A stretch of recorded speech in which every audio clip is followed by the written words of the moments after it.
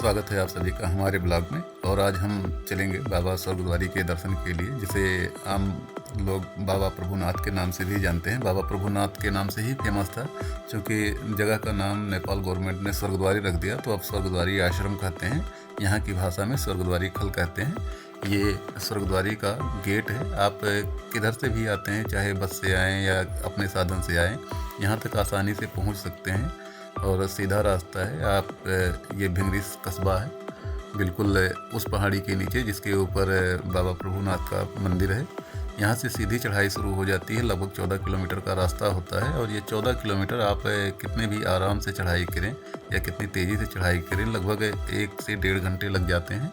मैं तो कहूँगा कि अगर आप लोग यहाँ आ रहे हैं तो बिल्कुल सावधानीपूर्वक चढ़ाई करें, सुरक्षा से खूब रही है। और इसी तरह से आपको तीखे मोड़ मिलेंगे, लगातार तीखे मोड़ मिलेंगे, चढ़ाई वाले मोड़ मिलेंगे, सामने से सवारियां भी आती रहती हैं, तो सावधानी पूर्वक चलें। खास करके अपनी साइड मेंटेन करके चलें। अगर आप एक मोड़ पे हैं तो दूसरे मोड़ पे ज़रूर नज़र बनाए रखें, आगे वाले ऊपर वाले मोड़ पे, जिससे कि दुर्घटनाएं कम हो सके। चलिए चलते हैं मंदिर की तरफ, बताते हैं कुछ इनके बारे में। वैसे तो इस मंदिर पर साल में कभी भी आया जा सकता है, लेकिन फिर भी सबसे बेहतर मौसम होता है कि आप यहाँ पे सावन में आए, बारिश के मौसम में आए। यहाँ काफ़ी भीड़ रहती है सावन में, काफ़ी श्रद्धालु आते हैं, दूर दूर से श्रद्धालु आते हैं।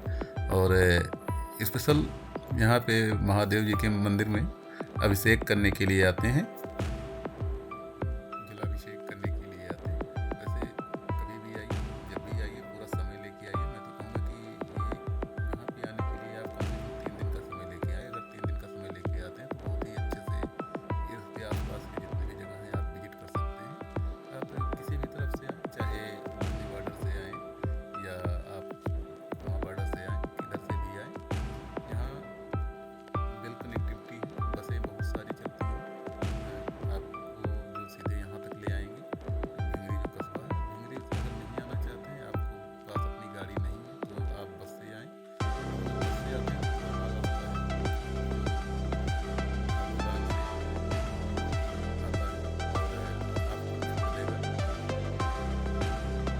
और आपको घोड़ाही में छोड़ देगा, जहाँ से लगभग 50 किलोमीटर के आसपास आपको पैदल चलना पड़ता है। और रास्ते में ही लोगों के 2-2 दिन लग जाते हैं, क्योंकि सीधी चढ़ाई है। उस रास्ते पे भी बड़ा कठिन रास्ता है, लेकिन पुराना रास्ता वही है। ये तो वैकल्पिक मार्ग बना दिया गया है। पहले जो भी यात्री आते थे वो उसी रास्ते से आते थे और काफ़ी अच्छा रास्ता है। अगर आप उस रास्ते से आते हैं तो निश्चित मानिए कि आपको लगेगा कि वाकई में हम किसी और दुनिया में हैं, प्रकृति के बहुत ही करीब रहेंगे। काफ़ी आनंददायक रास्ता है। हो सके तो आप लोगों के भी उस रास्ते से एक बार ज़रूर आना चाहिए। देखिए बिल्कुल खूबसूरत से रास्ते, रोड की कंडीशन काफ़ी अच्छी है और लगातार यहाँ के रोडों में सुधार आया है, अच्छी बना दिए गए हैं रोड। बिल्कुल बड़ी ही आसानी से आप इन रास्तों पे आसानी से ड्राइव कर सकते हैं। बस थोड़ा सा अपने ऊपर ट्रस्ट रखना होगा कि मैं यहाँ पे ड्राइव कर सकता हूँ। कोई कठिन बात नहीं है, आप आसानी से आ सकते हैं। लोग पूछते रहते हैं कि क्या इन पे बड़ी बाइक से ही आया जाए। बिल्कुल नहीं। देखिए हमारे साथ में जो साथी जा रहे हैं, इनकी गाड़ी स्प्लेंडर प्लस है और आसानी से 2 लोग बैठ के जा रहे हैं। तो आप किसी भी गाड़ी से आइए, बस आपकी ड्राइविंग स्किल अच्छी होनी चाहिए। अगर आपकी ड्राइविंग स्किल अच्छी है तो ये मायने नहीं रखता कि आप कौन सी गाड़ी लेके आ रहे हैं। यहाँ पे मैंने कई साथियों को देखा है, कई लोगों को देखा है, कई यात्रियों को देखा है जो अपनी और भी छोटी गाड़ी जो 100 सीसी से भी कम सीसी के आते हैं, जैसे सीडी डिलक्स हुए, प्लेटिना हुए, इनसे लोग आते हैं और बाबा के दर्शन को जाते हैं। तो गाड़ी कोई विशेष मायने नहीं रखती है। अगर आपके पास बड़ी गाड़ी नहीं है, छोटी गाड़ी है और आप यहाँ की प्लान बना रहे हैं, श्रद्धा है बाबा के प्रति, तो आ जाइए, कोई दिक्कत नहीं। बहुत सारे साथी आपको मिल जाएंगे। और सीजन में आएंगे तो हो सकता है कि थोड़ी भीड़ कम मिले, लेकिन अगर सावन के महीने में आप आते हैं तो बहुत सारी भीड़ मिलेगी। यहाँ पे हम लोगों ने थोड़ी देर तक विश्राम किया, रुके, और गाड़ी चूँकि काफ़ी देर से चल रही थी तो थोड़ी गर्म सी भी हो गई थी, उसे भी ठंडा किया। फिर हम लोग आगे के सफ़र के लिए तैयार हैं। अब आगे बढ़ते हैं। अगला पड़ाव हमारा मंदिर ही होगा। लगभग हम लोग 4 किलोमीटर की दूरी चल चुके हैं और 10 किलोमीटर दूरी और शेष है। आइए आगे बढ़ते हैं। देखिए ऐसे रास्ते हैं। आने वाले साथी जो दर्शन करके लौट रहे हैं बाबा के, जगह जगह पे आपको रास्ते में चलते हुए मिल जाएंगे। लोग चले जा रहे बाबा के प्रति श्रद्धा लिए हुए। हम लोगों का भी उद्देश्य वही है, बाबा के दर्शन करेंगे और अगर समय रहा तो आज ही वापस लौटेंगे। फिलहाल बाबा की जयकारा बोलते हुए आगे चल रहे हैं, देखते हैं कब तक हम लोग पहुंच रहे हैं।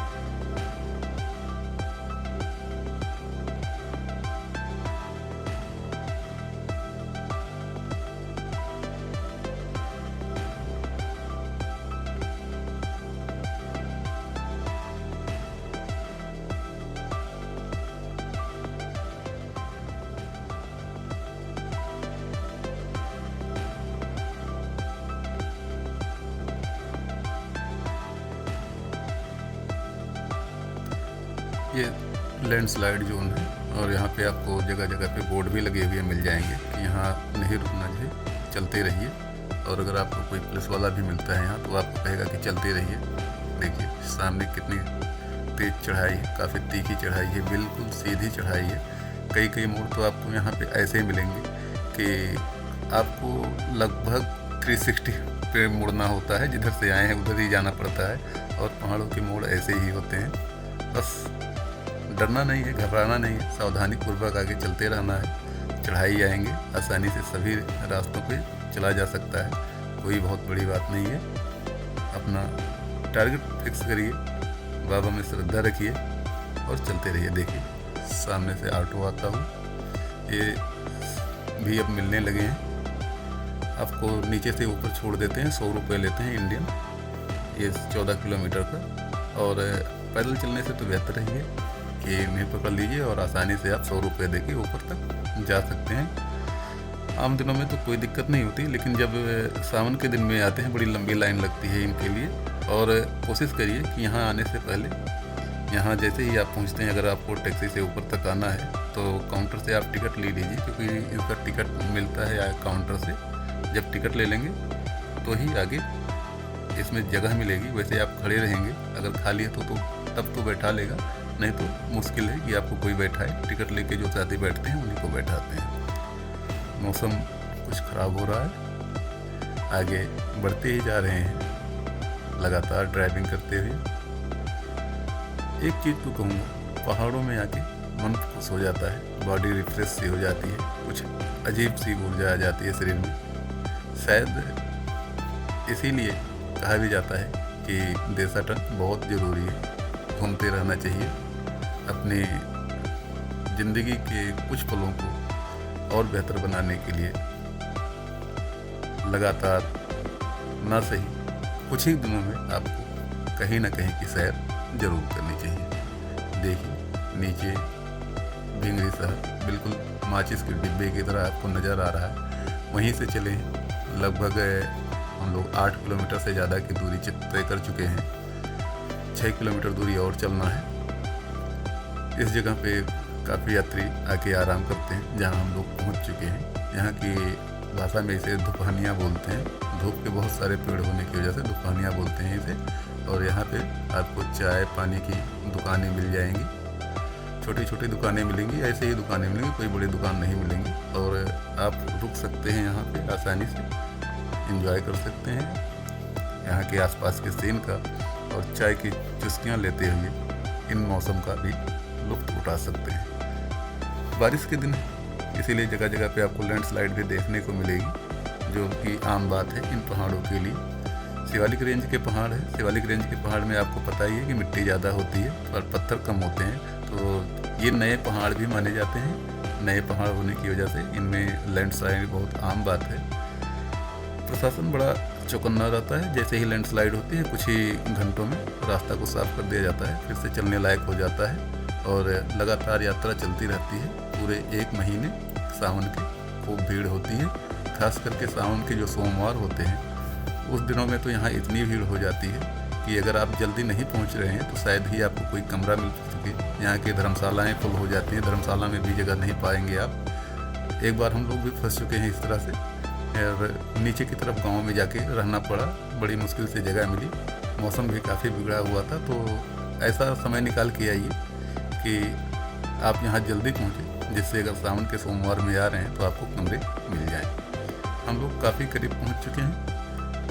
मूलतः ये आखिरी चढ़ाई है संभवतः, और इसके बाद हम मंदिर पे हो जाएंगे। जी सामने जो आपको दिख रही है चोटी, उसी के पीछे हमें जाना है। वहाँ पे ही बाबा का स्थान है। लगातार नीचे से हम लोग चढ़ते चले आए, बस थोड़ा सा और इंतज़ार और हम बाबा के दरबार में होंगे। पहुँच ही गए हैं। चढ़ाइयों को लगातार चढ़ते हुए, इन प्रकृति के नज़ारों का आनंद लेते हुए अपनी मंजिल के करीब लगातार आगे चल रहे हैं। अभी थोड़ी देर पहले मौसम ख़राब था और अब मौसम फिर से सही हो गया है, धूप निकल आई है। तो ये आम बात है पहाड़ों के लिए। थोड़ी ही देर में बारिश पड़ती है, थोड़ी ही देर में सही हो जाती है। इंतज़ार करने की कोई ज़रूरत नहीं। जब तक यहाँ तेज़ बारिश ना हो आप तो रुके ही ना, चलते रहें। रेनकोट हमेशा साथ रखें, क्योंकि इन स्थानों पे कब बारिश आ जाए कोई पता नहीं। अभी धूप खिली है, हो सकता है कि अगले मिनट ही तेज़ बारिश हो जाए, और बारिश हो रही हो तो पता चलता है कि 2 ही मिनट में बारिश भी बंद हो जाती है यहाँ। तो ये धूप और बारिश की आँख मिचौली लगातार चलती रहती है। अंतिम पड़ाव की तरफ हम लोग बढ़ चुके हैं। बस थोड़ी ही देर में हम लोग पहुँच जाएंगे बाबा के दरबार में। ये अंतिम मोड़ है और इस मोड़ के बाद ही हमें प्रवेश द्वार दिख जाएगा स्वर्गद्वारी का। चलिए देखते हैं, बाबा की जय बोल के दर्शन के लिए आगे बढ़ते हैं।